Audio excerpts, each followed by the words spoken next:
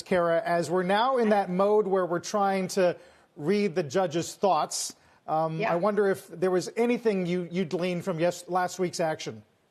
Well, sometimes she seemed as if she was in Apple's favor, sometimes in Epic. So I don't know, actually, from reading it. I think they both made their cases, and they both made good points. They both made points about each other, scored points on each other. And so I don't really know. I think this judge is trying to sort of go down the middle, if I had to guess, of all the various things, if I had to pick, and I'm not sure what that means.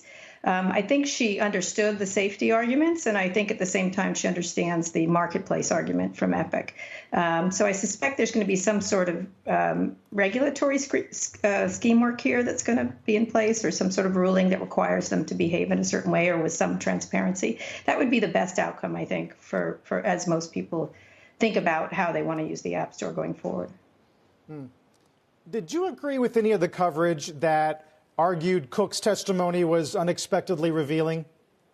No, I think he's like that. I think he talks about it. I think revealing in what way? That you think he was talking about his business? Why shouldn't he? I mean, a lot of it. Go ahead. A lot of it pertains to, say, the share of the market for the App Store in the U.S. or internationally. Yeah. Some metrics that maybe some people hadn't heard before.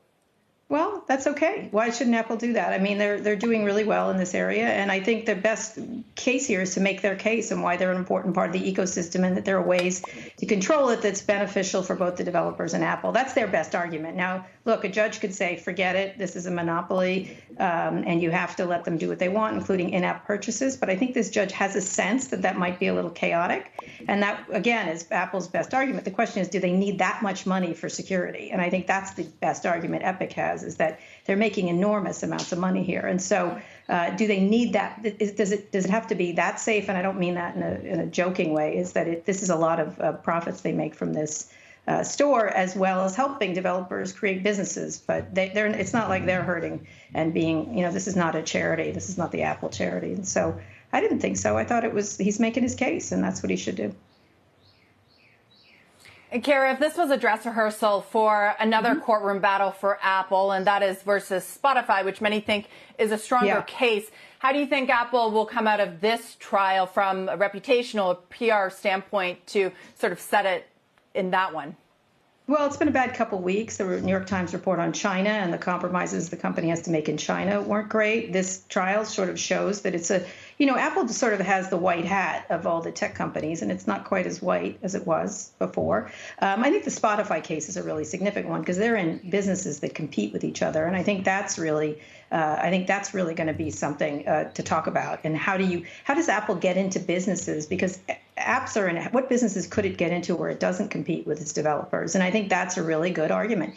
And so I would think the Spotify, this is about payments, right? This is about who gets to decide who has payments and control, maybe over data, which is a bigger question. And in this case, Apple can give a little bit, I suspect. In Spotify, this is at the heart. Apple Music is really important. The entertainment stuff, as much as we scoff at it, is really important.